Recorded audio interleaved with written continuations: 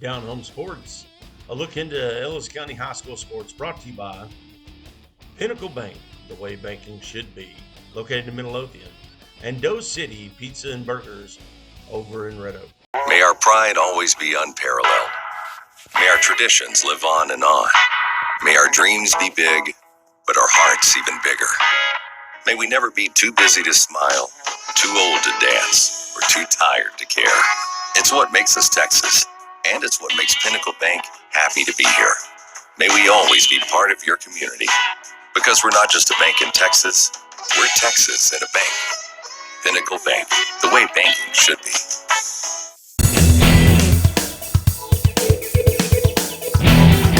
Started. So we would like to welcome in the Ovilla Christian basketball program. We got the men's Is head Caleb coach, here? Josh Johnson. Yeah. Caleb is with us, one of the players off that men's team. We also got Hannah Delalio. Did I pronounce that right, Coach? Coach D, and then as well as Maddie Remick. We appreciate y'all joining us, taking some time out of your evening. Coach D, we'll start with you. I'm going to guess this season has been a little different than seasons past. In your opinion, how do you think that it's come together to get into a groove? How's the chemistry grown? And what maybe has been different to try to adjust around than in previous coaching seasons? Well, we were blessed at the beginning of the season. Our volleyball team won state for the third year in a row. Yep. So we were able to really work with our younger kids starting out the season, but it started off a little bit rough. And so once we integrated those girls back in, we were still building, still playing. This is my first year as varsity coach there, so implementing new schemes and everything. That we started off a little bit rough, but the chemistry is really coming together where they're figuring it out. And just at the end of the day, my girls just play hard, and that'll get you a long ways in the sport of basketball. But as far as things that have changed, it's just been kind of the next man up mentality. We've had kids off and on have to go into quarantine, or they're not able to be there for whatever reason. So it's just been the next man up, and it's given kids time and more opportunities that maybe they wouldn't have had had it been a regular season. So it's just really about adjusting and just kind of going with the flow more than anything. Well, Coach Johnson, most of the time you get a couple of tournaments in, the preseason, get a good bond with your team. How has that affected y'all, if at all? Well, we were really fortunate, this year we got to play 3 tournaments, and, whereas on our URAL friends didn't have that opportunity. And so in those 3 tournaments, all 3 tournaments we played in the championship game. 2 of them, I think we won 2 of the 3 of the tournaments. So we picked up right there. We picked up about 9 to 10 games in 3 tournaments. So allowed that group to really get going and develop some good chemistry and continuity. Well, Maddie, from your perspective as a player, what has the team chemistry around the locker room been like, and how's it been different when maybe you're trying to air 5 across the gym, or you're having to sit apart while still trying to connect and build that bond with your teammates? For us, since at the beginning of the season we didn't have a lot of our volleyball players, it was kind of a rough getting the chemistry together. But ever since that we got the volleyball girls back in and we've been able to spend more time together as a team, our chemistry is still really strong, whether we're sitting farther apart with our masks up or we're up together. And it's been just having that chemistry and building it through devotions or just spending time together in the locker room and having our dance breaks have always just been really good for building chemistry on and off the court. I was going to say, so who's the TikToker on the team? Probably one of our juniors, Kristen Prendergast, would probably be our TikToker, because we would always play a song and she knows every TikTok dance to it. So Gotcha. Probably her. Well, Caleb, real quick to you, bud. It doesn't seem like you've slowed down this year. It seems like you're draining 3s every time they go down the court. Hey, could I take a minute and joining my phone Yeah. connections bad. I'm just gonna join on my phone. Thank you.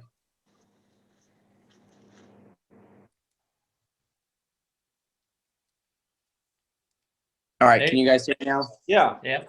All right, perfect. Can you repeat the question? Yeah, I'll reload you, man. So it doesn't seem like anything slowed you down all season long. I mean, it seems like you're popping a three every time you go down the court. Yeah, I did a lot of training this summer. I didn't get to play a lot freshman year, but I trained a lot on my shot this summer, and we're having some good success this year. Well, Coach D, y'all guys are 10-5, 3-0 in district so far on the season. You're getting ready to reload, go through it again. Talk about some of the things that you think your team has done well early, and maybe some areas that you're still looking to improve on a much impressive first part of the season.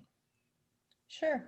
And just of course with being new there, as a new varsity coach is implementing everything, right? And so my expectations, and so like I said, they always play hard. So defensively, has really been one of our strengths later in the season, whereas in the beginning, they're still kind of getting their toes wet. But right now, that's just a huge strength for us.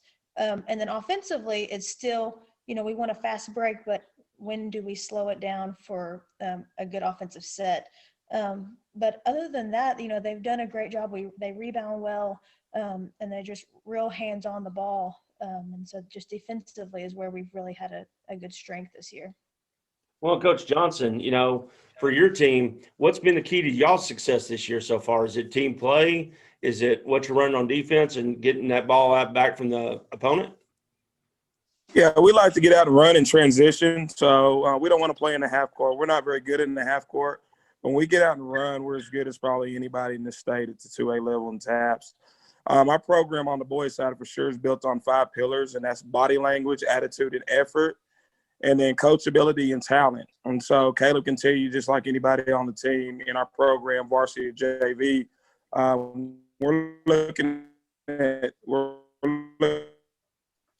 those attitude, and so high expectations for both programs, but we kind of build it on those 5 pillars, and got to play up and down.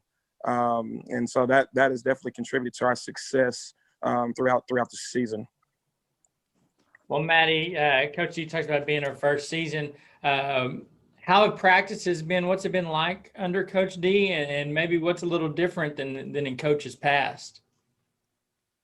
Coach D is definitely working a lot on improving us all individually and spiritually and on the court, which is different than years past. Years past have always been more difficult, as last year our basketball program only had 6 girls, and it's really difficult in practices because you can never do full 5-on-5 games or any small focusing on just certain individual people. And this year Coach D's done really well at focusing on all parts of the game and just pushing us all to do our best and work hard even if we don't know what we're doing. So I find the encouragement just to keep working even if we're lost sometimes just really encouraging from Coach D. Well, Caleb, how has Coach Johnson inspired you? Yeah, Coach Johnson's been a really great coach this year. He's believed in me a lot. We have a ton of young guys on our team. The majority, we have 3 seniors, and the rest of us are sophomores and juniors. We got 1 freshman. So something we definitely are working on is our confidence and our mental toughness. So he's really, really installed in us to be confident because he believes in us. So when he believes in us and we believe in each other, we come out ready to play. Well, Coach D, one thing that you touched on earlier was, at the first part of your season, the Ovilla Christian girls volleyball team was going to win their 3rd straight title. And some of those girls would then be coming over. Being at a small private school, the competition level is still high, but in boys and girls sports, you're dealing with kids that play multiple sports. What are maybe some challenges as a coach and some positives from having kids that play in those different sports and maybe even excel at those different sports, and then getting them just for that season and trying to cultivate and build a culture around what you're trying to do for the basketball program? Right. Well, to be able to play multiple sports, you got to have a mindset different than most people, right? So I just love the different abilities that carry over. For example, like Maddie plays soccer, so her footwork is probably a lot better than some of our other girls, or our girls that play volleyball. The chemistry that they bring from volleyball, and then the excitement and enthusiasm they bring from volleyball carries over into basketball. So everything that just rolls over into all these other sports, because our kids play multiple things, or they're even doing different things like musicals and one act plays. So they have so many things going on, but they're able to push. They have time management skills that they do well with. I guess probably a difficult aspect of that, though, is we are sharing our kids. And so sometimes, maybe we want a little bit more time with them where we just don't get that.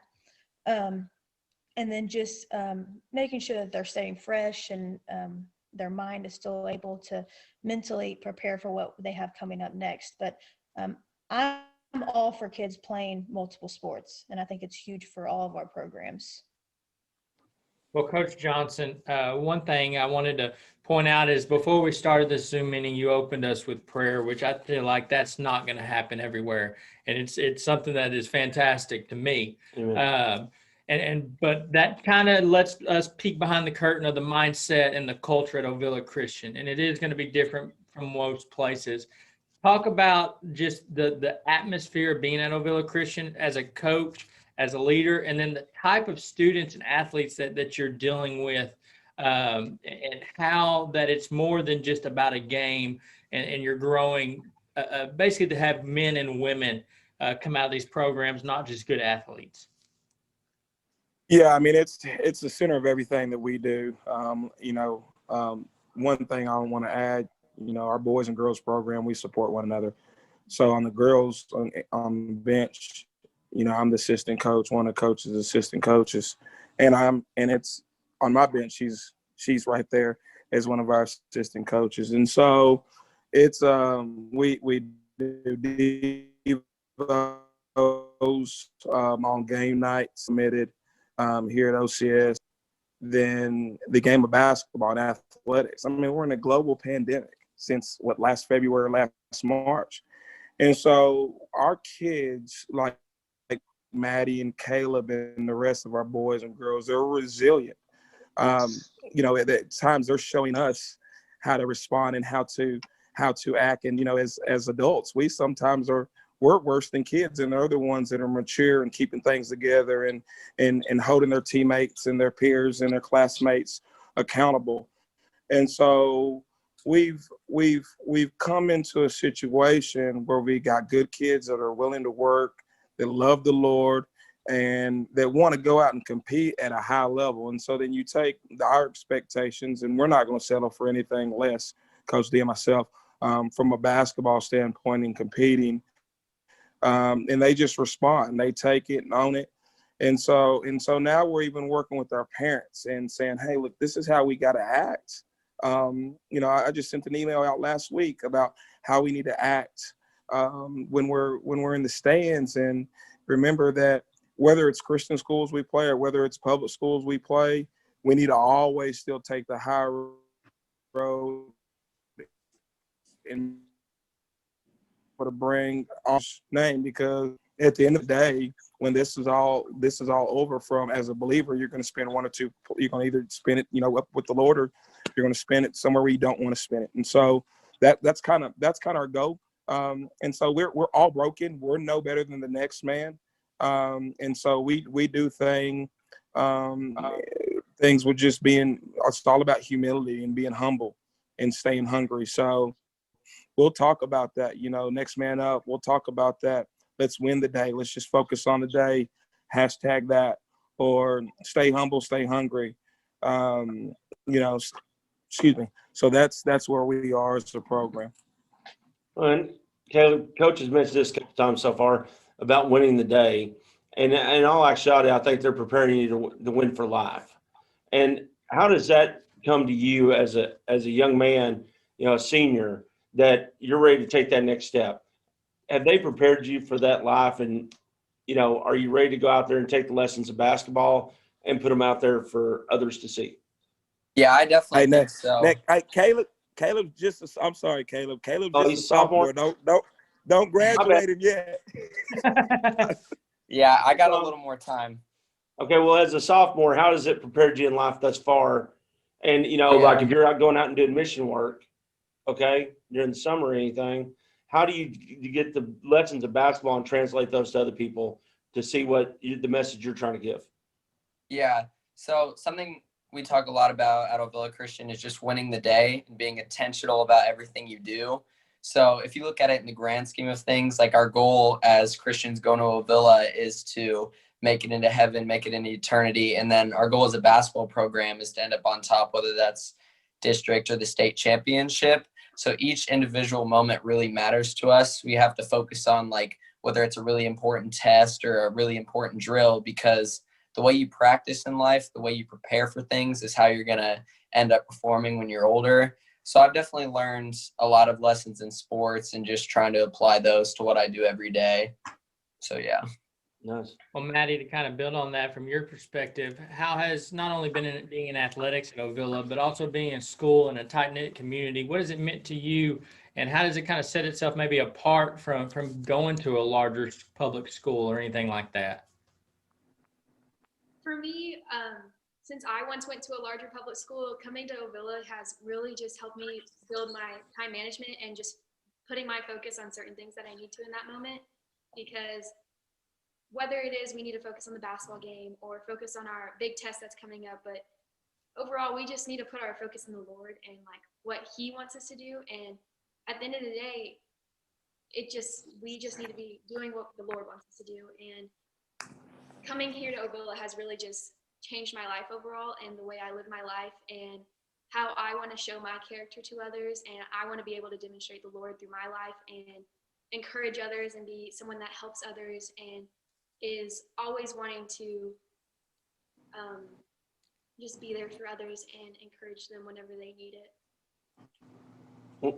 Coach D, few games left in the regular season right now. Where do you think your ladies are going to end up by the end of the year? Well, we're on a 9-game winning streak. Yep. And we said our goal is to not lose another game. So, I mean, our goal is to not lose another game. If it happens, we're going to pick back up and start our streak again. There we go. I mean, that's the goal. There you go.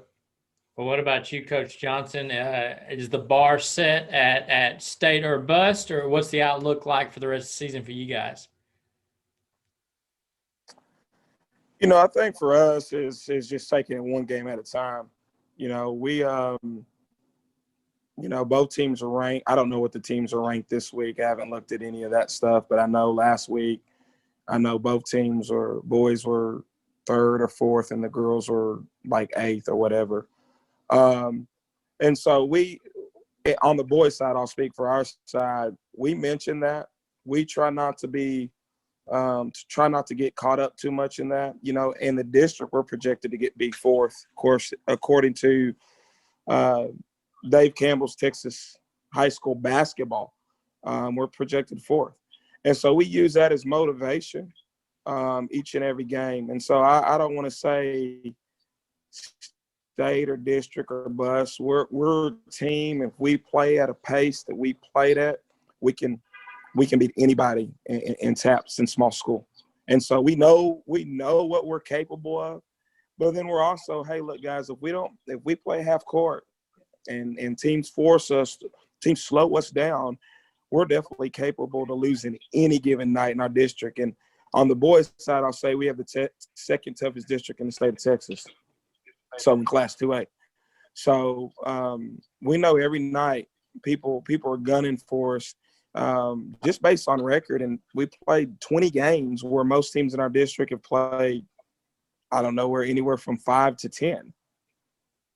So it's really going 1-0 each day. And so this week we've got 3 district games for the boys, Tuesday, Wednesday, and Friday. And then the girls have 3 games, right, Coach? But 2 of them are district on the girls' side, with 1 non-district tomorrow for the ladies. Well, awesome. Coach D, is that Tuesday, Wednesday, Friday as well for y'all? Yes, sir. Now, are those home games from both ends, or are they away? What do they look like? Wednesday, Friday's home. Wednesday, we girls tip off at 2, and boys at 3:30. That was a rescheduled game because of COVID. So we're playing those, being a church night, we're playing those early, 2 and 3:30 on Wednesday at home. And that's versus Longview Trinity. And then on Friday, we play at 6 and 7:30 at home versus Longview Christian. Okay. Well, we appreciate you guys taking the time to jump on here with us and to look ahead on that schedule. We wish you the best of luck. Just from the conversation we've had, it's encouraging, especially to know that you've got two young, mature individuals on here that kind of shows and reflects your team, but then as well as you coaches showing that from my perspective, that there's great leadership and great things going on Ovilla Christian. So we wish y'all the best of luck and we appreciate you jumping on. Hopefully we can have you on here in a few weeks talking about a playoff run, maybe a state championship. Well, awesome. Well, thank you guys for everything that you do. And thank you for the opportunity that you've given our school and our student athletes and coaches. Are you hungry for the best burgers, fries, and pizza in Ellis County? Well, stop by Doe City Pizza and Burgers, where the ingredients are fresh every day and stacked up just the way you like it. Custom seasoned fries and burgers right off the grill on in-house fresh homemade buns.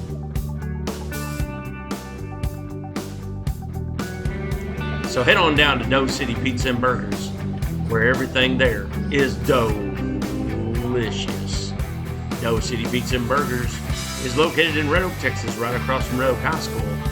Make sure you come down and have the best burgers and service in Ellis County.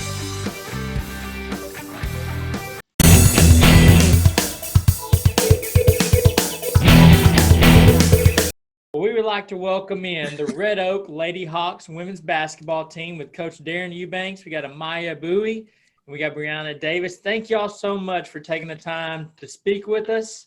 Coach Eubanks, we'll start with you. We both had the privilege of being at the Midlothian Red Oak game at y'all's place Tuesday night. And I got to ask, because I was going down the schedule and I'm like, okay, Red Oak's putting up 70, 75, 68. And then I see 33, 32. What kind of defensive slobber knocker were we talking about between two of these state-ranked teams in this district? It just seemed like it must have been a tough, hard-fought defensive game. It was. They did a great job of taking away our running 2-2-1, kind of sending two people at Brianna. So they had a good strategy and they did a great job, which gives us insight as to how other people will try to defend us. So, Amy does a great job over there, man. That's why I love playing against her because, she's tough. Well, Brianna, exceptional season that you're having thus far. Okay. What are some of the things that Coach is building on based on, past data, past games to get y'all ready to try to make that long playoff run like you did last year? Well, one of the things I'm preaching to is defense and also being disciplined and consistent kind of. That's some things they're telling us in practice. And one way to prepare ourselves for the playoffs, Coach Eubanks would tell us the team can score no more than 32 points. And we've been doing a good job of completing that goal. Well, and in mine, we just said defense and, a couple games I've been out, you've been tearing it up. How much does y'all's defense play into having a great explosive offense like y'all do? Well, defense leads into offense. If you're aggressive on defense, it leads to easy buckets on offense. So Coach always told me to put pressure on the ball. It will give my teammates some steals and always end up in layups at the end of the floor. Very good. Well, Coach Eubanks, talk a little about these two girls you got on with us. I can tell you it seems throughout your whole team that the energy level is high with these girls. They're all over the court. Talk about these two girls in specific, but then how these girls have come together to be so explosive and really play with that high energy. Number one, they are great young ladies. And I don't just say that you know, like really great kids, polite. I can't recall either one of them ever having an attitude or just being mad that day. Like they're always working hard at practice. So everything else is easy. It's just they've been blessed with talent, both of them. They work hard. Just gifted kids, man. So it's easy, simple. I'm blessed to have them. Well, Brianna and I talk about how the team as a whole not only has a defensive presence, but y'all attack the rim and just the attitude that it takes to do that game in, game out. Brianna, why don't you go first? Well, we play aggressive on defense and offense. So, and also we have good bigs too. So it's really easy to get the ball to the post, and then it makes it easier for us guards to drive. What gives you that aggressive nature on offense? Well, I know if I drive aggressively and they all collapse on me, I know I have shooters in the corner, or I could drop them down to my bigs that I know going to finish. We just got to have confidence in each other with knowing that we're going to knock the shot down, or my big is going to finish the layup. Well, Coach Eubanks, you got to talk about these bigs a couple of times. When are we going to see the Twin Towers come out? Oh, man. Hopefully soon, man. That's an advantage that we have. You know, we have size. We can play small. So, you know, as long as they play big, you'll see them. Well, my outcome to you, you guys just had y'all senior night this past Tuesday night. In a season when nobody knew if we were going to get to play all the way through or not, you're on the cusp of getting to the playoffs. What has this senior season meant to you guys? And Brianna, we can get to you in a second as well. But to be out there and to get to play with your teammates, now you're going to make a playoff push when a lot of people thought, hey, we might not even have a season. So, this season we have goals. Like last year, the past 2 years, we made it to the fourth round and lost. And we all been left with that down feeling. And this year we want to focus on being more locked in and disciplined so we can make a further run in the fourth round, like potentially win a state, which is the goal. And so this season has been pretty good so far, but we just got to keep working hard, and hopefully we can win state and leave and be joyful. Leave with happy tears, not sad tears.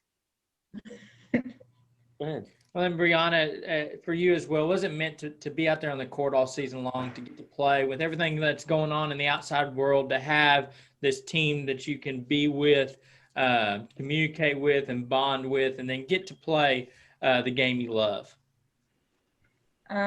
It's a blessing because I know some girls around the country, they can't play right now. And so it's a great thing that we're able to play, and also we have to take advantage of opportunities and maybe get all the way to state, which is a goal of ours, and win it all. Well, Coach Eubanks, one of the hard things is keeping people, especially upperclassmen in your program. And at your senior night, y'all have a plethora of seniors this year. I think I counted 9. Is that somewhere close to it? We had 8. 8, okay. But just talk about what that means for the program to have these quality of young ladies, not only on the court, but off the court within that program, and what it says about, not only the basketball program, but the school over there at Red Oak. Yeah, man, I can't say enough. This is my 4th year, so those seniors really, we started together, so it means a lot. They are awesome kids. Just seeing the development, knowing that we're going to have a couple of college basketball players from that group, that's special. Means more than they'll know. For me, it's about relationships. It's about seeing those young ladies be successful down the line. So we got a great group. The group before them, we've been watching them play. We have about 3-4 girls playing in college. So I've gone to see a game, and, they come back and they tell us how things are going. So just that connection has been awesome, and I think it'll continue. Our girls love each other. They support each other. They come back. So it's just been awesome. Well, Brianna, I want to come over to you. I want to know, this is kind of not the X's and O's on the court, but when we peek back into the locker room, which lady on the team is definitely the most energetic, but might be the craziest or the TikToker? Who's the one riling everybody up before games? She already knows who it is. She's laughing right now. There we go. But she makes the bus ride fun, right? Yes. Okay.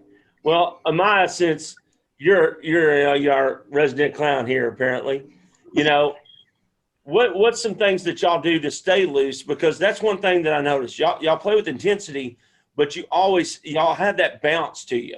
Like, you just got that looseness, like you just playing it at the yard, Mhm. How do y'all keep that mental edge and stay as loose as you do?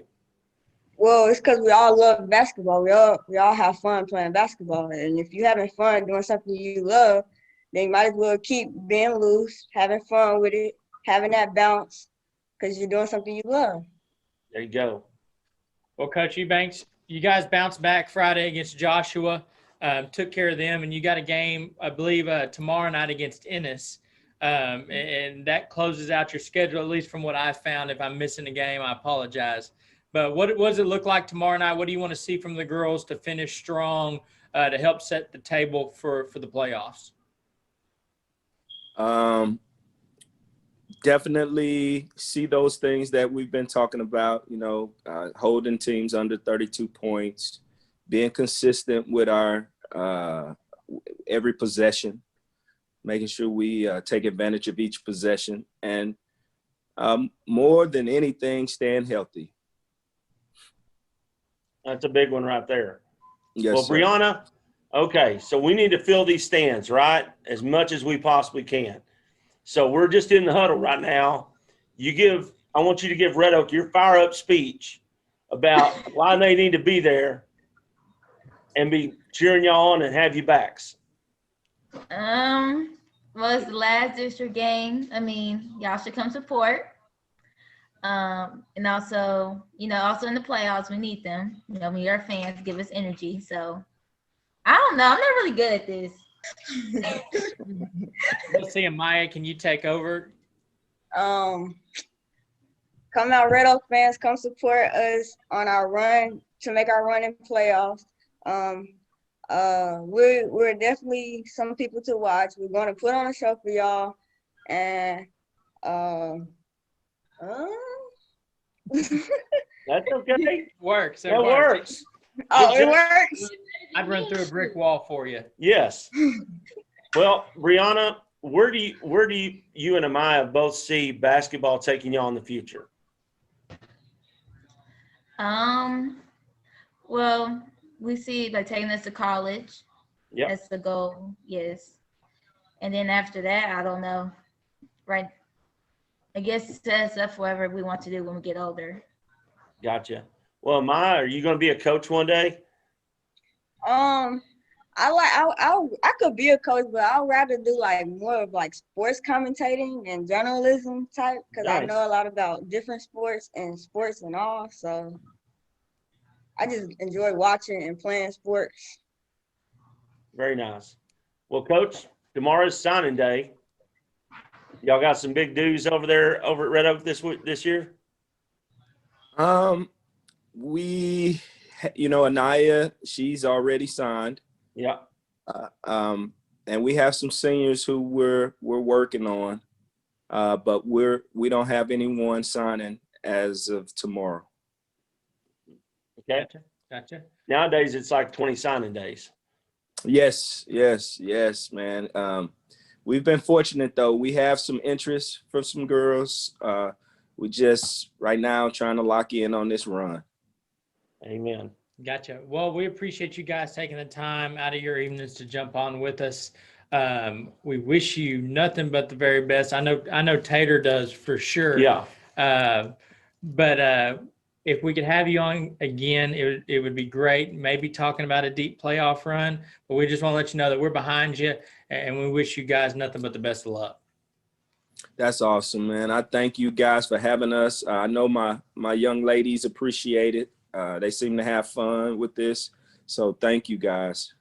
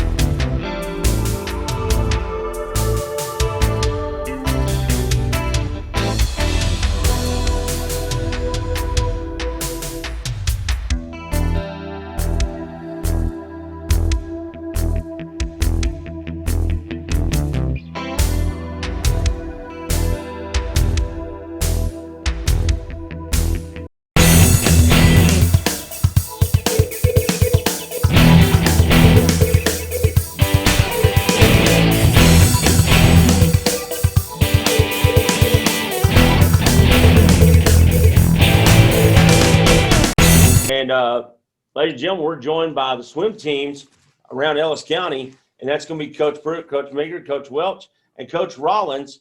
All this from Waxahachie, Waxahachie Life, Midlothian High School, and MHHS Heritage over there in Midlothian as well. Congratulations, y'all, for the excellent season that your swimmers have had. And Coach Pruitt, we're going to start with you real quick. You know, one of the things, and I've been a proponent for this for a while, is there's just not a lot of training facilities down here in Ellis County. And how do y'all get these athletes trained when you're not necessarily swimming the distance? Well, because we swim at Sagu, we have 3 lanes. And so we're limited on time. We swim at 6 in the morning. So we swim before school every day. And this year I started out with 42 athletes. So that is hard to do in 3 lanes in an hour and a half. But we do a race pace training, which is totally different than most schools do that have the large natatoriums, and they can do morning, they can do afternoons, and they can swim lots and lots of yards. So we don't swim near as many yards as everybody else, but we swim it at a very fast pace. So we sprint all the time. Well, Coach Welch, you know, how impressed are you with the growth of swimming down here in Ellis County in such a short time? It's really impressive. It's just great for the community. It's great for Ellis County to see all of the athletes that are getting to be part of the regional qualification here in this state. It just goes to show you the tremendous amount of athletes that we do have in this area, and I'm just so happy for all of them to be a part of this. You know, I think we're just all happy that we're actually participating at all right now in anything, but so happy for these young men and young ladies that have worked so hard to compete and be a part of this process, and all the work that they're putting in is now showing. Well, Coach Meager, talk about it like we asked in the previous question with the lack of facilities that we have available in Ellis County. We do have avenues, but like not the big natatoriums and stuff like that. How much does it fall on these young athletes to get outside of practice and put in the effort and the work to make up for maybe some of those restrictions that the school has on finding a place to go practice? Yeah, I mean, it's critical for them to kind of go outside and you know, develop themselves outside of our what we're able to provide at school. You know, that's the one thing about swim and you know, being successful at swim is, you know, a lot of the big time programs, you know, they're successful because they have a club feeding them with kids that have been swimming since they're about 7 years old. So you know, and that just changes the amount of work they've done through their whole, you know, life. And a lot of these kids, they're starting out swimming and just, getting into the sport as freshmen. And it's, like I said, swim's a weird sport to where it's you got to accumulate those years of swimming. Now it doesn't mean that these kids can't be successful by starting out as freshmen. It just really does help if they have that background starting at a lot younger age. Well, Coach Rollins, talk about, I know you're a triathlete and the mental capacity that it takes to do that, but just talk about the mental capacity that these young people have and the fortitude they're showing with the training that they're doing outside what you're able to provide for them. It's incredible. I have a lot of multi-sport athletes. Got a girl on the basketball team right now. I've got a couple of kids that run cross country, one that played football. And like Coach Maker said, they have to come in with some, it helps if they come in with some level of athletic ability, and we just build on that. So if I get who's a good runner, we can teach them a couple things and train them in the water. If we get kids who are really passionate about football, we can take that passion for sport and for winning and train that in the water. But it helps to, we at Midlothian High School just last year got a brand new facility for lifting weights, which opened up other options for us to get in the weight room as well. So weight training throughout the year is a big deal, and that helps cover all of their sports progression. Well, Coach Pruitt, I know you've been doing this for a long time over at Waxahachie. Talk about, though, just since Ellis County is so tight-knit, I know a lot of those kids swim together outside of school. When you go into these competitions, how do you see it, swimming fitting in Ellis County and these kids kind of building off each other from the different schools? Yes, it's really nice to have some experienced athletes. Like he was saying, I think out of my swimmers this year, I have 4 that have been swimming club. And so that has definitely been an asset for them. I know the Midlothian has the Stingrays, a younger team, or a team that swims. And a lot of my kids do that in the summers and different times. And, just the little bit of help has really, really helped progress our program.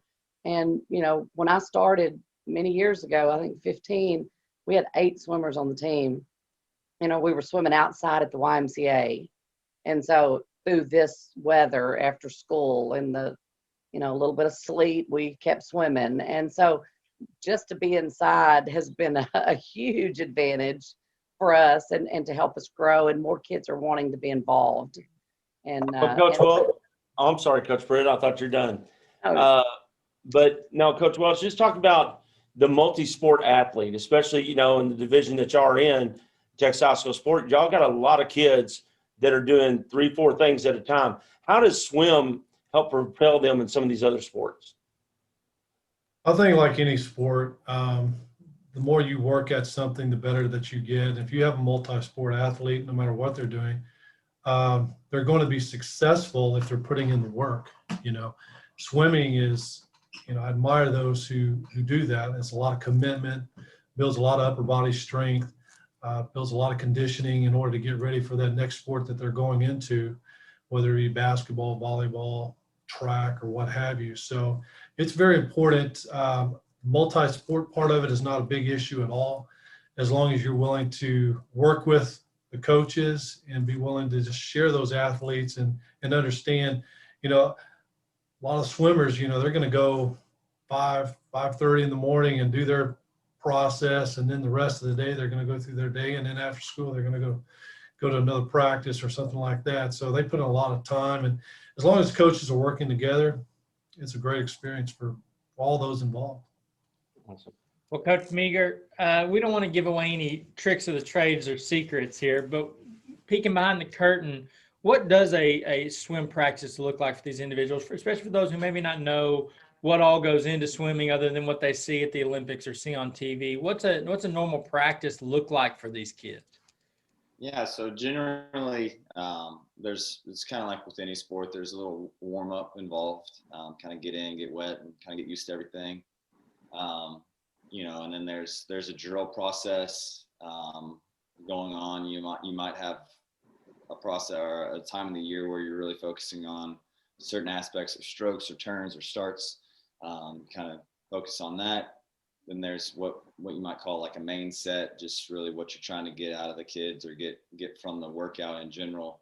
You might be working on, back half 100 speed, or you might be working on 200 pace work, or just, maybe some IM sets and stuff like that you throw in there. And then generally you kind of end with I focused on putting our real top end speed at the end of practice, and just letting them go, and then you usually end it with a cool down, and then get out of the water. I mean, but you can, a lot of it, just depending on time, you might have to just focus on sprints, and there's a lot of literature and research kind of just going into just sprinting, just going in and just getting in and sprinting. So, and there's a lot of success in that. And, but there's different ways to get the work in. So. Well, Coach Rollins, to the parents out there that don't understand what kind of athlete you have to be to swim, can you explain that a little bit to them, and just, how much that these kids are getting out of it? Especially, I mean, it seems like this year, that some of these programs that are younger are really getting the payoff right now. Yeah, so commitment is the number one thing. If you can give me a kid who will show up every day, I'll turn him into a swimmer. Let me do the hard work. Let me tell him what to do. Let me evaluate his abilities, and we'll work one step at a time. But getting kids who are committed to the program, who will, live, breathe, and die swimming, that's what we need. Not die swimming, but No. I brought in I can't think offhand, I think it's 7 freshmen this year, and a lot of them did not have any experience, and I was nervous about the year, because how do you convince teenagers to come in at 5:30 in the morning and swim every day, and they do it, and it's 100% attendance every day. And that's what's blowing my mind, is that these kids are committed. They are fans of swimming. They may not have been fans coming into it, but they've realized that if they put in the time, they see the rewards, and they see the benefits with improved times, and the camaraderie on the swim team is incredible. I'm most happy with the unity that these kids have developed by working and digging through it together. It's not easy, but if somebody can give me their commitment level, I'll turn them into a swimmer. Well, I believe we've got regionals coming up, if I'm not mistaken, and I think every single one of y'all have at least one kid in attendance. So we're going to go through and start with you, Coach Pruitt. What are some of the kids that have made the regional, and what are some of the events they're in? I think I have 11 individuals that'll be swimming in at regionals. Some of them will be doing 2 different events, so we were kind of pleased with that.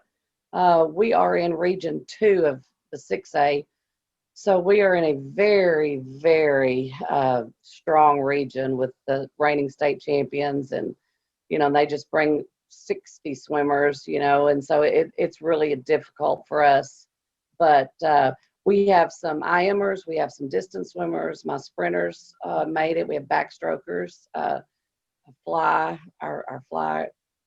swimmers. So just we're kind of all over on all the events just about. And so I was real pleased that we're kind of spread out. And then our relays made it, except for one of our girls' relays got DQ'd. So we were a little upset with that. But overall, real excited about seeing them compete at the next level. Coach Welch?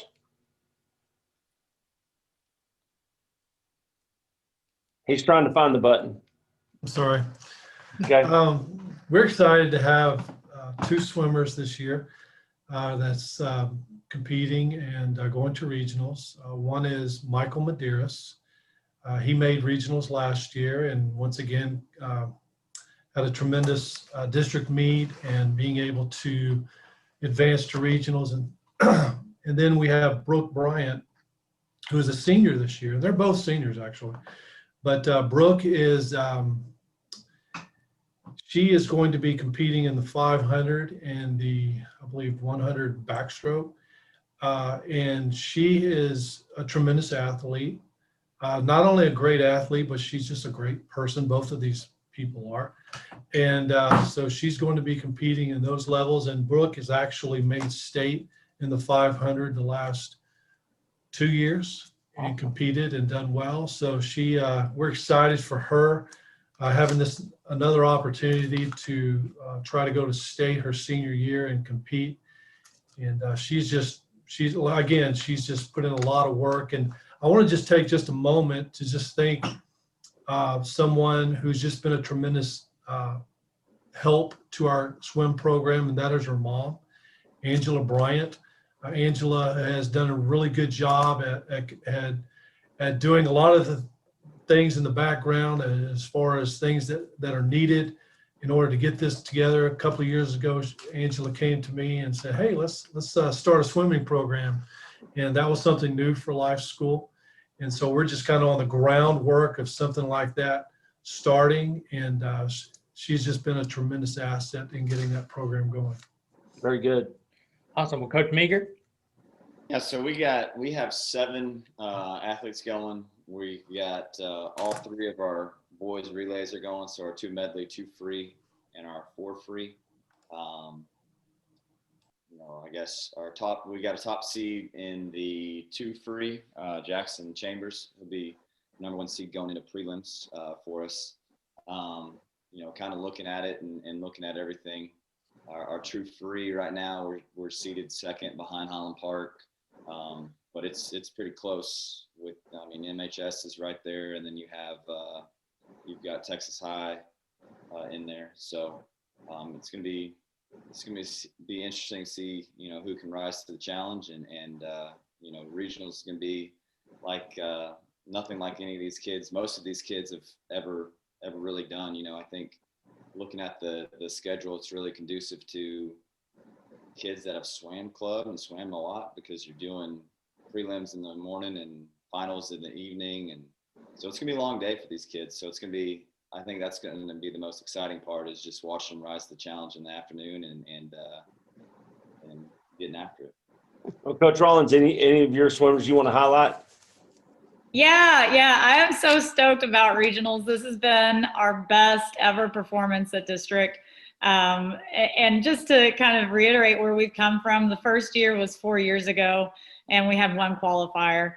And then the year after, we had a qualifier and some relays, 1 individual, and then 1 got moved into the regionals. And then last year we had a couple more. And this year we have, I got to make sure I get my numbers wrong, 17 swimmers are advancing to regionals. Awesome. And most of them are in individual events as well. I've got 1 relay that's advancing on its own, just a relay. But we're in almost every event in regionals, and we have a couple of really top contenders.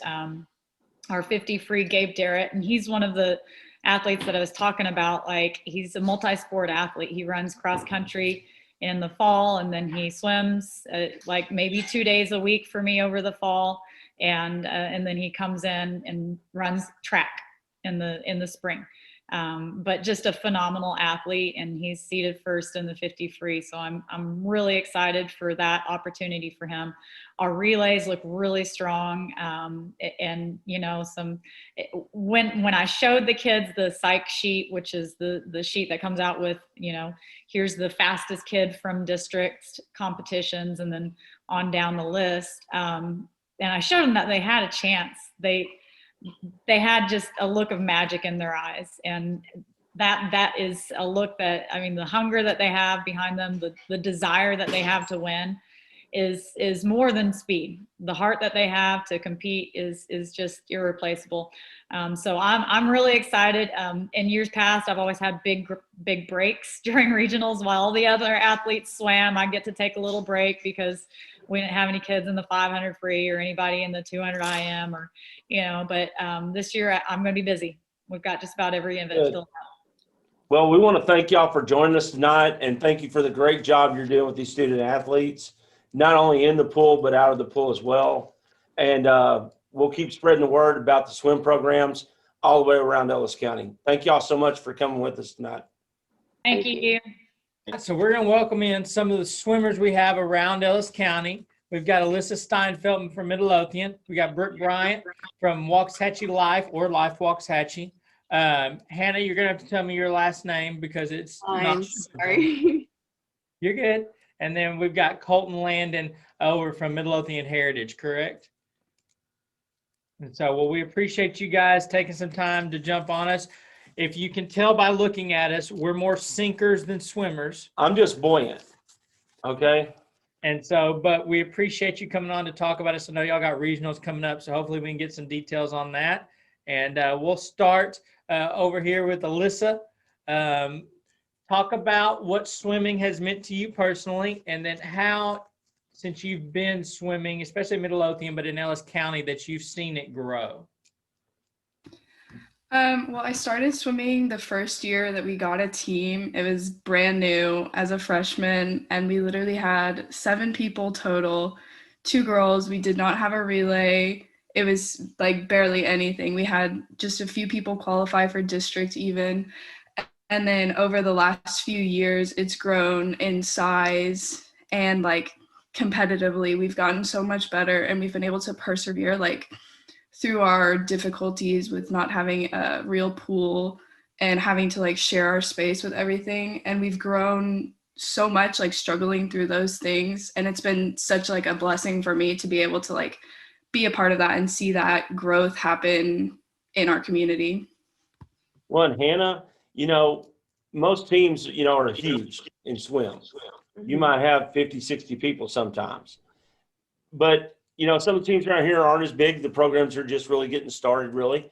But talk about just the camaraderie between all the teams out of Ellis County when y'all are cheering for each other at different meets. It's very different because all the different teams have like different sizes. So some people are like really shy and like won't really cheer, but our team's giant, but with a tiny pool.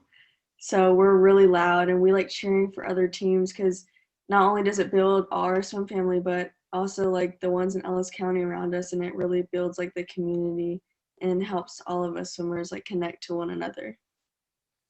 Well, Brooke, kind of talk about, you know, we're limited here in Ellis County with the spaces we have to practice at. I mean, there's no big natatorium in Ellis County, so you got to make do with what you got. But talk about not just the work that goes into a practice you have, but what you have to do to hone your craft outside of practice if you want to maximize on what you got. Yes, with my school, the high school swimmers basically have to be club swimmers since we do not have a rented high school a place to practice. So my teammate and I, we both practice club. So club definitely takes a lot of our time and energy, but it's worth it when we get to have fun and race well at high school meets. Well, and Colton, I know you didn't get that hair from jumping in the pool all the time. But just talk about the mental fortitude it takes to get up at 5:30 in the morning, get your practice in, you know, and you are making all kinds of consolations to get that time in. You know, as a athlete in this sport, how much is the mental game a big part of this? It's huge. I mean, it's a battle every morning. You're like, do I really want to get up? I mean, obviously I do because I want to get better every chance I get. So, I mean, it's constantly a grind, getting up early. Practice is always hard. And then you got to go to school. You got to stay awake, do well in your classes to compete at the level you need to. So, I mean, it's constant grind, and you just always got to do your best. So. Well, let's say you talked about you were there at the program's inception, and then we just got done talking to y'all's coaches, but finding out that this year y'all have had the largest qualifiers for regional that you've ever had. Talk about the program, how proud you are to see it grow, but then to have 17 athletes make a regional, that's got to make you feel pretty good about your program. Yeah, it's amazing to see. I've been the captain of the team for the last 3 years now, and even having like a small role in like that leadership, being able to see how the friendships grow and like all of these different relationships come from us getting better as a team. It's fun to have people like do well with you. It's fun to be able to experience that type of like happiness with other people. So it's definitely fun to watch other people do that with me. Now, Hannah, how is it practicing for Coach Pruitt? And I'm going to say that Coach Pruitt has been around a long time because she taught me when I was in the 8th grade. Now, that wasn't as long ago as when Tater was in No. the 8th grade, but it was still a while ago. Talk about getting to swim under Coach Pruitt and what she means to the program. Wow, Coach Fruit is like everybody's mom pretty much. And so she's like, oh my, she's great. She pushes us every morning, wakes us up when we don't want to be there, like 5:30 in the morning. And so she's like this big teddy bear, and like when we feel down or like depressed or something, she's just like there to help us. And whenever we don't like, if someone doesn't do good in a swim meet, then she's always like, okay, there, we're just gonna push it harder next week. Like, I don't want to do that, but it'll help me in the future. So yeah. Well, Brooke, how does it feel to inspire these young kids around the county to come participate in this sport? It feels good because I know whenever I was really little, I always looked up to people that were older than me in swimming. And I realized that sometimes they struggled, sometimes they didn't have good races, but they always worked hard. And I knew that if I worked hard and if I set that example for others, I would do well in the sport and I can encourage many people to do well in the sport as well. So it feels good to be a good example.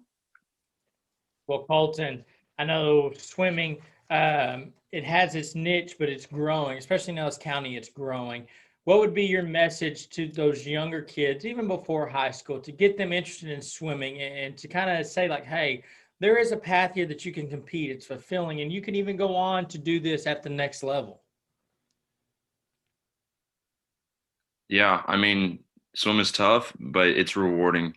I mean, your hard work shows off. So when you come to practice and you put your work in, you really get to see that shine in meets. So I mean, it really pays off. Awesome. Well, guys, I want to thank y'all for coming on, and I want y'all to know that DownHome Sports, we're supporting y'all, okay? And, you know, hang on. Sorry, I got a little reminder that the time's running out on the meeting. But I just want to take a moment to thank y'all for everything that y'all been doing throughout the county, the countless number of people that you're going to inspire to participate in a sport that's not the common sport to participate in, you know, and just for the great job that y'all have all done and your teammates have done on reaching regionals. And hopefully we have y'all back on to talk about going to state. And before we let you guys go, just real quick, I want to run through each one of y'all and kind of list the events that you're going to be participating in regional. And we can start with you, Alyssa. I am swimming the 200 medley relay, the 100 butterfly, the 100 breast, and the 200 freestyle relay. Awesome. Awesome. Hannah? Mine's almost the same thing. The 200 medley relay, the 100 butterfly, 100 free, and the 200 free relay. Brooke? I'll be swimming the 100 back and the 500 free. Now the 500, you've made the state back-to-back years, haven't you? Yes, I have. Well, let's make it 3. Let's make it 3. And then Colton, what about you? I'll be swimming the 200 medley relay, the 50 free, and the 100 breast. Awesome. Awesome. Well, like Tater said, we appreciate you guys taking some time with us, and we want to wish y'all the best of luck. Go get them. Go make state. We're rooting for you, and hopefully we can talk to y'all again. May our pride always be unparalleled. May our traditions live on and on. May our dreams be big, but our hearts even bigger. May we never be too busy to smile, too old to dance, or too tired to care. It's what makes us Texas, and it's what makes Pinnacle Bank happy to be here. May we always be part of your community. Because we're not just a bank in Texas, we're Texas in a bank. Pinnacle Bank, the way banking should be.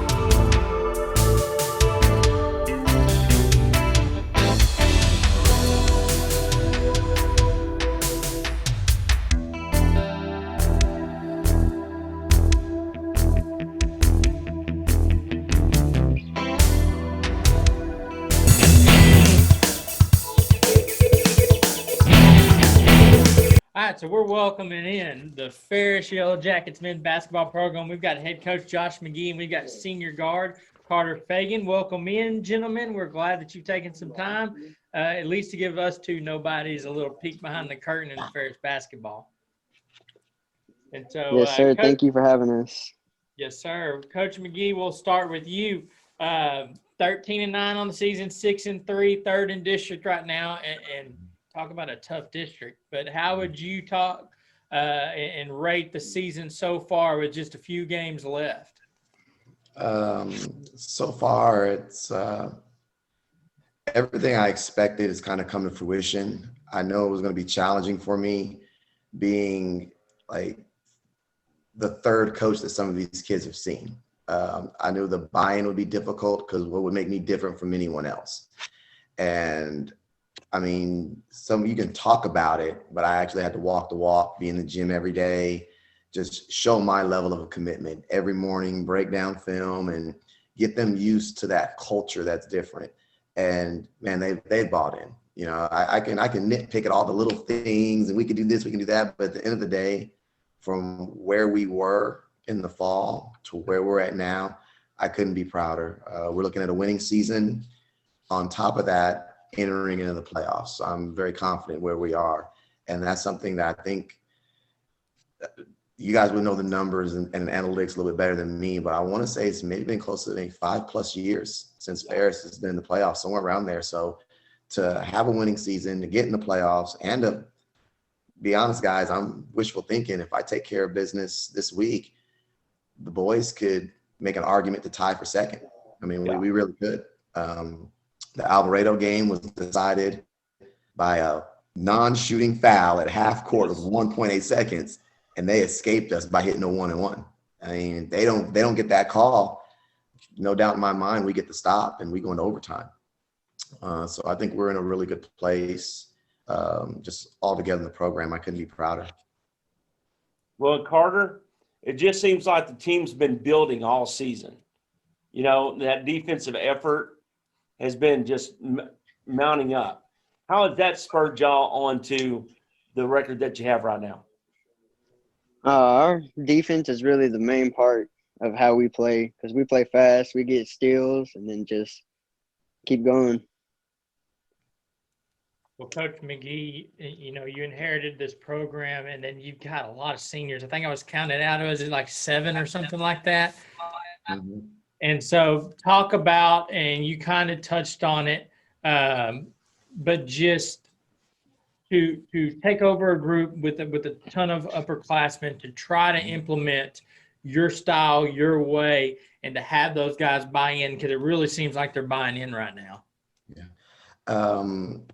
That's always been kind of a trademark I have. I kind of pride myself with it.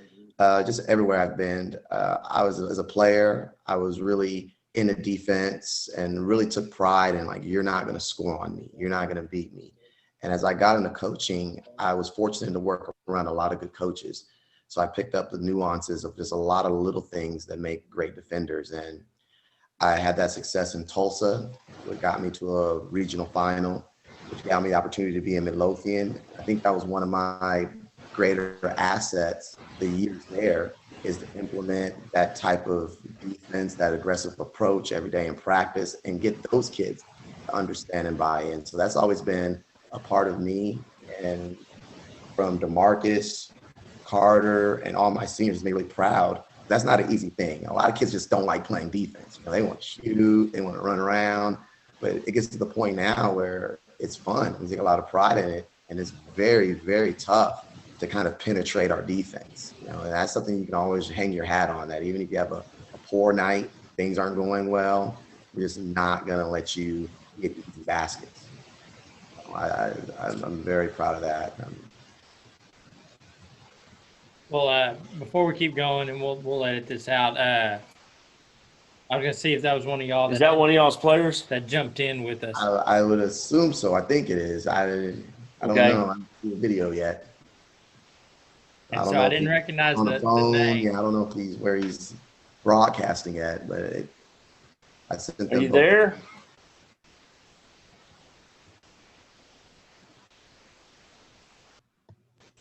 Hello? Try to log back in because we can't hear you. Was it DMAC? Well, Carter, representing the senior class right now on the show over here, how special is this to kind of get things back on the right track down there in Ferris? It feels good. We haven't really we've had winning seasons, but we haven't made it too short by a playing game 2 years in a row against Hillsborough. So this year, beating Hillsborough and being a top contender this year, it feels good. So much different than like the culture this year. It's totally different. Well, Carter, speaking about that, Coach McGee said a little bit earlier, trying to change the culture. What was the big thing that made the buy-in so easy this year? It was really just our mindset. Like, we've had the pieces, we just haven't, because we'd always end up losing in that playing game, and we were just hanging our heads. But we're in the right place this year. Well, Coach, speaking of the right place, talk about Carter, talk about the senior leadership that you have, and talk about what they've meant, not only to the team, but leaving something for the guys below them, the underclassmen, the junior high guys, and building a winning culture in Ferris. Yeah, I'm excited about that. I know, like you mentioned earlier, looking at the roster, 7 seniors, but I'm okay. But I'm looking down the pike from my juniors all the way down to 7th grade. I'll be all right. I'm feeling really good about the whole program, but it all started with Carter. He was the only returning senior that played fall basketball. A lot of these guys played football and dual sport athletes, and Carter does play baseball in the spring. But it was his leadership where it started, because I knew that if I can get him to invest and get him to really lead the charge with some of the guys that ended up on the JV roster but played fall league, it was tough. I don't think they won a game. I don't think they won a game, a quarter, or actually Red Oak. They won a scrimmage against Red Oak early in the year, but it was brutal, and I did them no favors. Drive Nation, Mansfield Fieldhouse, playing in the Gasso. But when you got a kid who's charismatic and that other kids look up to, like Carter, coming in every day, working hard, investing extra time in the gym, learning the offense, it kind of created a domino effect. And I credit him for that. And that's what made it really big. And when the other guys came in, it was all already like, hey, this is pretty good. I want to be a part of this too. And it kind of rolled from there. So I credit him a lot for that leadership and that being able to get up and get it done every day to kind of get it started. Well, Coach, kind of talk about this district that y'all are in too. You look at Midlothian Heritage, Alvarado. Y'all just had a tough game against Life Waxahachie. You pulled that one out. I mean, from top to bottom, this district is pretty dang tough. And I know you come from a staff in Midlothian that plays in a tough district as well. So talk about the level of competition you guys are facing, but how also that breeds into raising the bar, elevating the game and the culture at Ferris. It's just as good as any other district in Region 2. I mean, at one point last year, because I'm always looking at sports scores and looking at schools and teams across the Metroplex, this district had 3 ranked opponents. I mean, you had Alvarado, Life, and Heritage were consistently in the top 25 all last year, battling it out with each other, and everyone else was kind of just a footnote. Going into this year, we were able to break into the top 25, which I was really proud of that. But you have Alvarado, Life, and Heritage right there receiving votes. I mean, they're just always a step away from being top 30 programs in the state of Texas. So the preparation night in, night out, you just don't show up and play in this league. And that was one of the things that the kids have to understand. Like, you do that when you have nothing to play for. When you have purpose behind your season, you got to prepare, because Heritage is good. Slide does a good job preparing those kids. We know who those players are. Alvarado's good. We know who those guys are. And like, I'm trying to get my kids to understand, because this is the thing that's new to them. They know who you are. You just can't show up and then do what you want. You got to start playing possession basketball. We got to start playing more balance with each other, because that's what makes it tough. I mean, you have really good coaches, really good players, and it's some games, some nights, it's always going to be decided by the last 3 or 4 possessions, free throws, key rebounds. So they like it, and they like the taste, and we're going to keep kind of working towards it. But I mean, it's hard. I'd even give Godly credit, because they're just played Life to 1 at their place, played Hillsboro to 6. They can play spoil now for some of us, so we don't really know how it's going to look these last 3 games. So very challenging league, but moving forward, it prepares you for playoffs. And like the time in Midlothian, Lincoln, and Hutch and Carter is not as daunting. I know when those kids hear those names, their eyes kind of widen, but there's some bigger sharks out there in the sea. So hopefully the competitive district prepares us for playoffs. Well, Carter, and playing such a great district, how has the speed changed this year in y'all's game? We never really got after it like we do on defense. We're pressing to the game, just trying to keep teams going towards our tempo. And then whenever we get ahead, then we'll try and slow down, but us and the guys don't. We try to slow down, but it doesn't work out sometimes. Yeah. Well, Carter, what's one of the biggest lessons that you've learned from Coach McGee so far this year? Just buy in and day out. Well, Coach McGee, one thing I want to ask you is we had Coach Middleton on a couple of weeks ago, and you got to coach alongside him in Midlothian. But one of the things he really pressed was just the culture, but the talent in the DFW area. And that goes from your biggest 6A schools down to your 1A schools.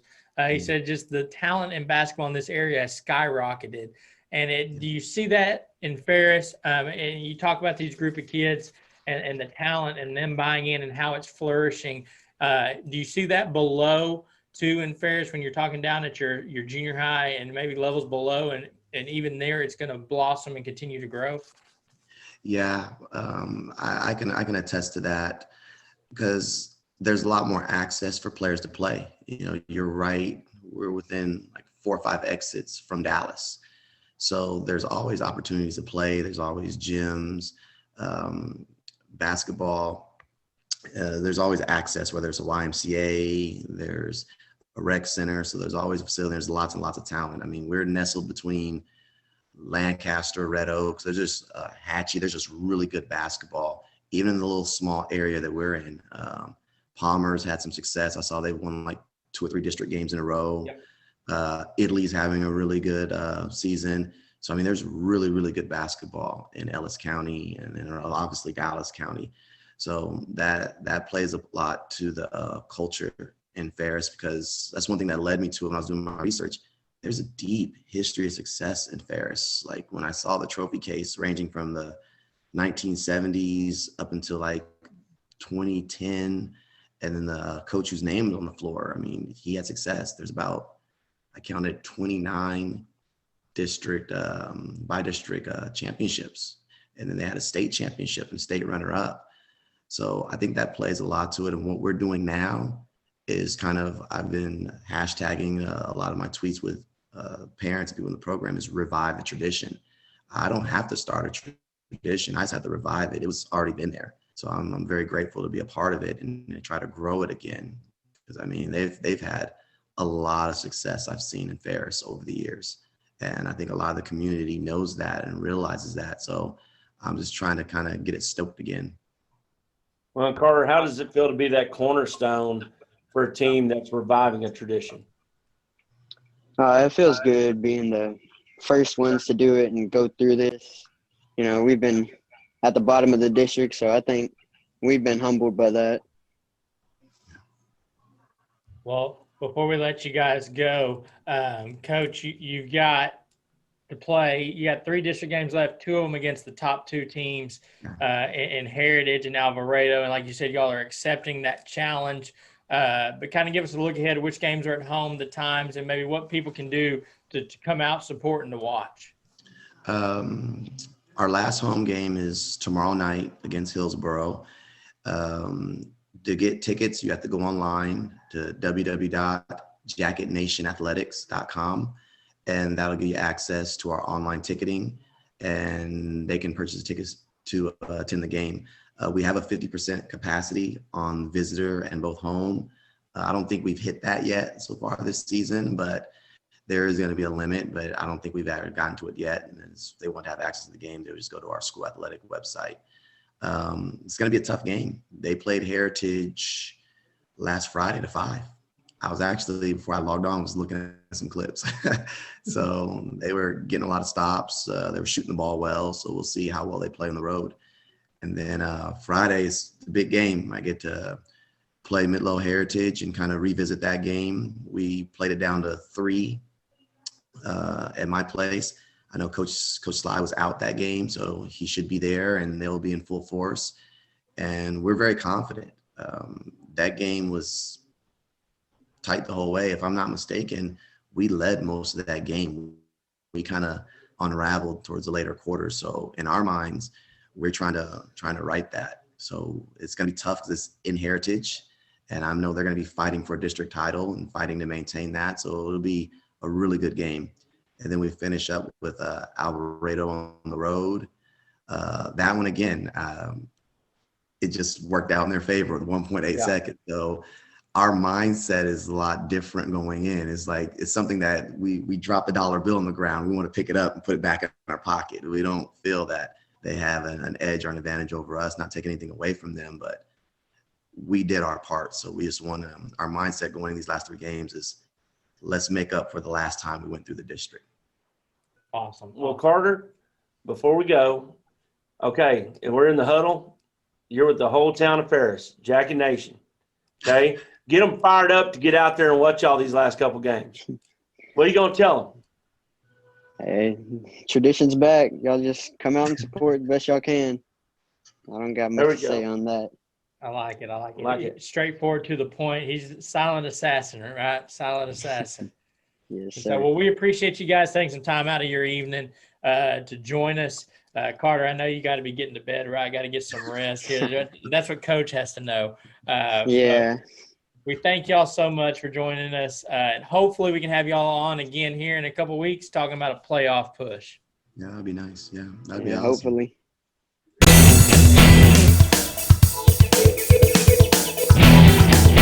We're welcoming in the Milford ladies basketball program.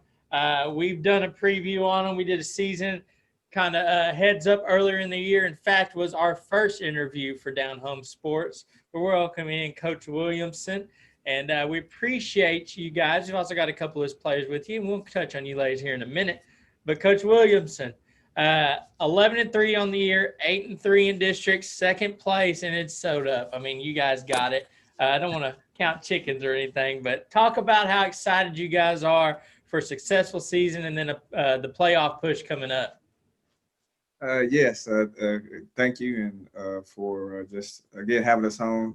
Yes, we are very excited. We talked about at the beginning, just the opportunity to even go out there and play was something that was very big for us. I know everyone on the team was really excited that there was going to be a season, and now here with one game left in the regular season, and they can kind of see the promised land, so to speak, of the postseason and just kind of the benefits of the hard work they've been putting in. So yes, I think everyone is excited from the administration all the way down to the students in the school who are not even on the team. So it's a exciting time to be a Bulldog, and we're looking forward to it. Well, Tiffany, since you're yawning, okay, I'm just playing with you. But no, let's talk about what y'all been doing all season long. Y'all been stealing games, and I mean literally stealing games. Between the two of you, you're averaging 13 steals a game and leading the nation in max preps in both of your classifications as far as graduation year. Just talk about the greatness of that and how exciting it is to have that defense turned into offense. Tiffany, let's start with you. That's you. I know, Mama. Well, I'm happy about it. Like the hard work we put in practice and the games pay off, and we're gonna do that. And everything else, like all I can say that I'm happy about it. Awesome. Well, Lydia, what about you? Same with her. I'm excited for us. I didn't really think, well, basketball really isn't my sport, so I'm kind of surprised at myself for stepping up and even getting up that much steals myself. But yes, I'm just excited about it. Well, I'm going to tell you, Seth, the first time I saw her on the court, I asked Coach if she was a triple jumper.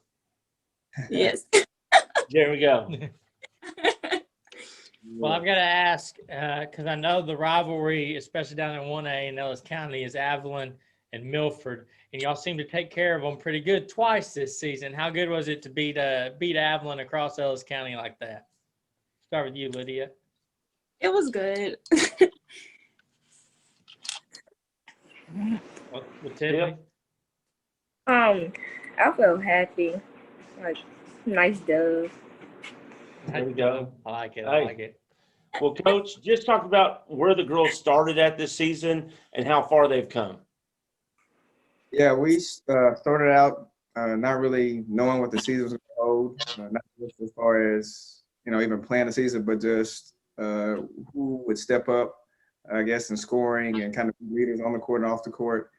Tanaya, who is actually she's leading our team in steals and points per game as a freshman, really surprised me. Not that she didn't have the potential to, but just the consistency throughout the year. She's probably been one of our more consistent players as a freshman. I believe every game except for one, she led in scoring and has reached double digits in every game except for one also, I believe. Same thing with Lydia. I'm not surprised with her.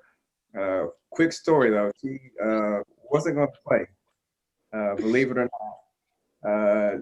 She wasn't going to play basketball at all. And I think some of her friends, the other seniors, Carnesia, and I kind of had some conversation with her and kind of got her out there to play. And she's probably playing, to my knowledge, the best she's ever played in her high school career. Not just scoring and with the steals, as you mentioned earlier, but her leadership is paramount. We would not be the position we are right now without her leadership off the court. Well, Lydia, you talked about the basketball wasn't your first sport, but now looking back, was it a good decision to come back out? And has this season kind of surpassed all expectations to say that not just on the court, but your experiences, your bonds with the girls off the court, that it's worked out and you're pleased with it? Yes, I'm actually happy that I did make the decision to come back onto the team and play. I think it was better for me to build myself, like, getting closer with each and every one of them and becoming better as myself to get prepared to be a leader as well. Well, and Tiffany, I know you got ice water running through them veins. As a freshman sitting out there, not only are you leading steals and stuff, but you're draining threes a couple of games I've been out there. So how is it, that you've gotten this good, this fast, and this confident in yourself this year? Well, like they didn't tell me, I gotta step up my game and play how I play, and just shoot the ball. Well, Coach, let me ask you, as you can see, a little bit of a difference is where these girls are on their stages as far as being open and coming out of their shell. But like with Tiff, to getting her to be more that killer mentality, but the younger girls trying to draw that out and having those older girls to be those role models. How has it been for you to try to get that younger class to be okay to open up, to be more aggressive, to be a little more ball dominant at times? Well, it depends on when you ask me. Sometimes pulling the little hair I have out. Sometimes I'm sitting back smiling like I am now. As you can imagine, when you kind of lean and depend on freshmen for so much of our offense and defense, we're going to have those nights where they're not just shots not going to fall, but just to see them still step up and play defense is something that's really carried us throughout the year. And just getting the freshmen to buy in to what we're trying to do. I really believe in see the vision, paint the vision, sell the vision. And, I was selling and painting, but these ladies definitely bought into what we were selling. And again, without their buy-in on just our defense and sharing the ball, we definitely would not be in a position where we're now. Well, Coach, you just hit on something right there. It's ladies, real quick. You got the whole town comes out to what you play.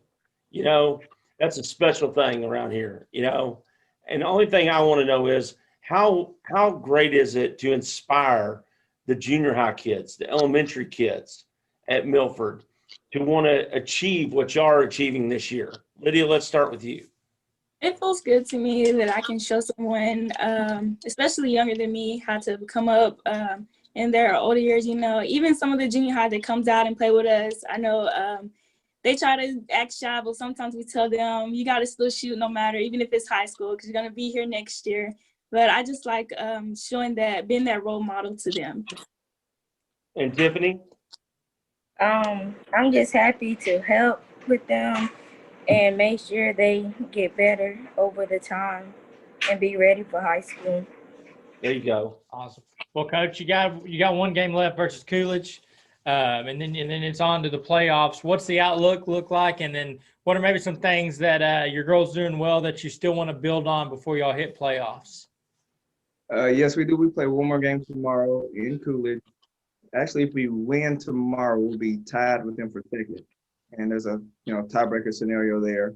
And then the outlook from there is depending on our seeding, like you mentioned before, just trying to prepare for our opponent the best we can. The other division is still kind of up in there as well. So not much is decided just yet. It's probably really going to come down to the last game for them as well.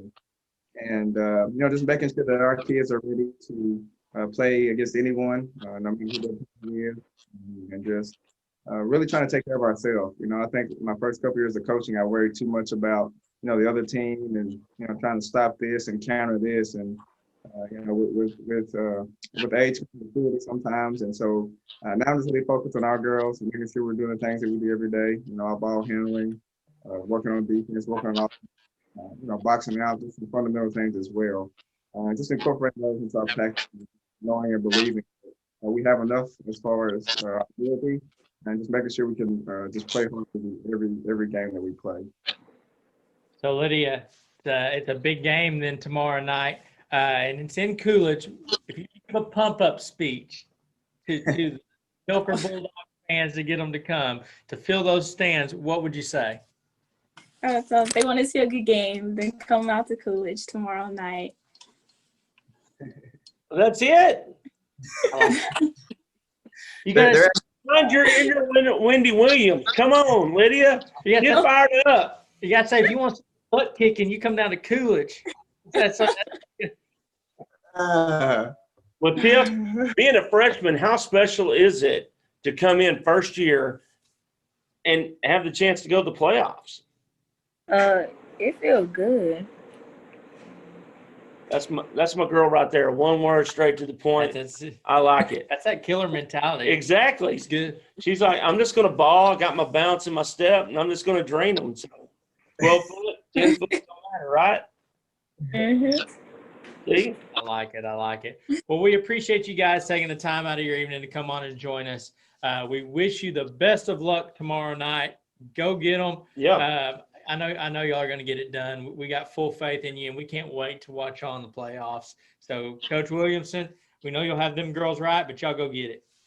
Thank you. Thank you for having me. May our pride always be unparalleled. May our traditions live on and on. May our dreams be big, but our hearts even bigger. May we never be too busy to smile, too old to dance, or too tired to care. It's what makes us Texas, and it's what makes Pinnacle Bank happy to be here. May we always be part of your community, because we're not just a bank in Texas, we're Texas in a bank. Pinnacle Bank, the way banking should be.